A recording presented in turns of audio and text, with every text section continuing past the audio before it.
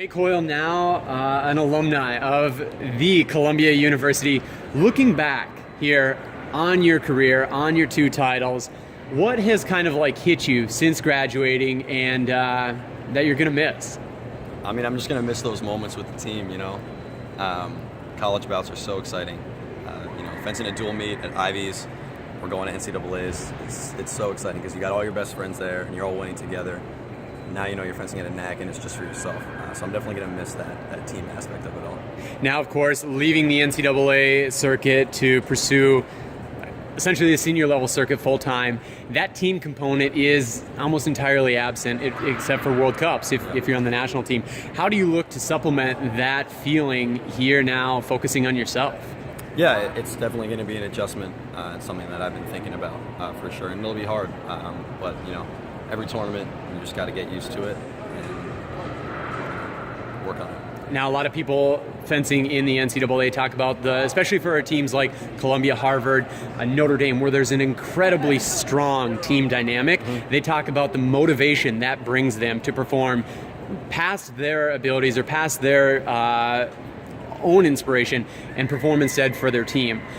How intrinsically motivated were you throughout your own career to perform for yourself, or was it really performing for your greater team? Yeah, I mean, I can't speak to the other schools, but that's not how it works at Columbia. At Columbia, you want the team to win, and that is first and foremost, straight up. So, yeah, you go to, whether it's Ivies, NCAAs, the only tournament where you're really fencing for yourself is regionals, because you got to go get your work done and qualify.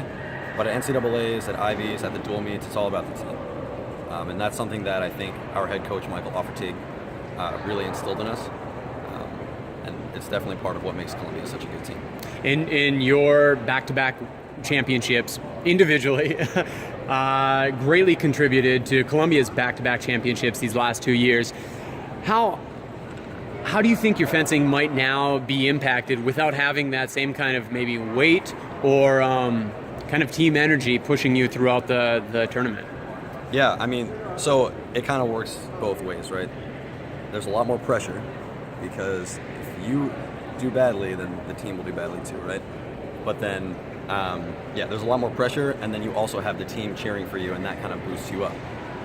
So I guess, I don't know, it'll be, it's a lot different. So it's good to not have the pressure, but you don't have the team behind you, so you have to kind of find that energy in yourself. And with this being the first NAC, not only of the season, but since your NCAA career, right? Yep. Ended. What aspects of the team being absent did you notice, or was it not noticeable at all? Well, I mean, yeah, the team was absent, right? I'm not a Columbia fencer anymore. I don't represent the university, but all of my old teammates were still watching me. We still warmed up together. Gabe's sitting right there. We're going to leave together. So they're still there. We're still there for each other, even once you're an alumni. That's just how it works. So they were still cheering for me. Still got a lot of advice from my teammates and gave them a lot of advice. So it doesn't end with graduation. Maybe it's just a little different. And of course, fencing being a bit unique with the team component, but individual component, where you do face your teammates at the NCAA tournament. There's also the qualification component where, you've had this yourself, where it's only two guys that go.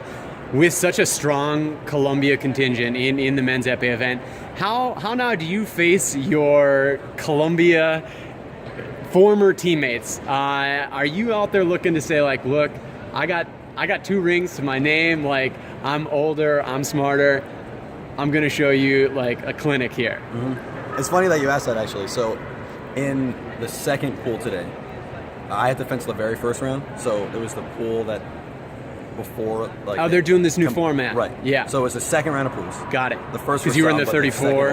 Right. No, I wasn't in the 34. Wasn't in the 34. Yeah. So I got here. It was the second after. Yeah. Right. Correct. Anyway. So the pool before the complete table of 64.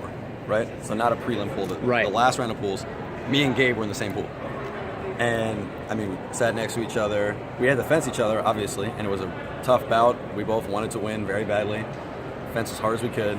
But apart from that, it was kind of like being at regionals or even NCAAs, like we're talking about the other fencers in the pool, kind of giving each other some advice. If I fenced someone and Gabe hasn't, kind of telling them what I did. So it's very similar, and that camaraderie is still there.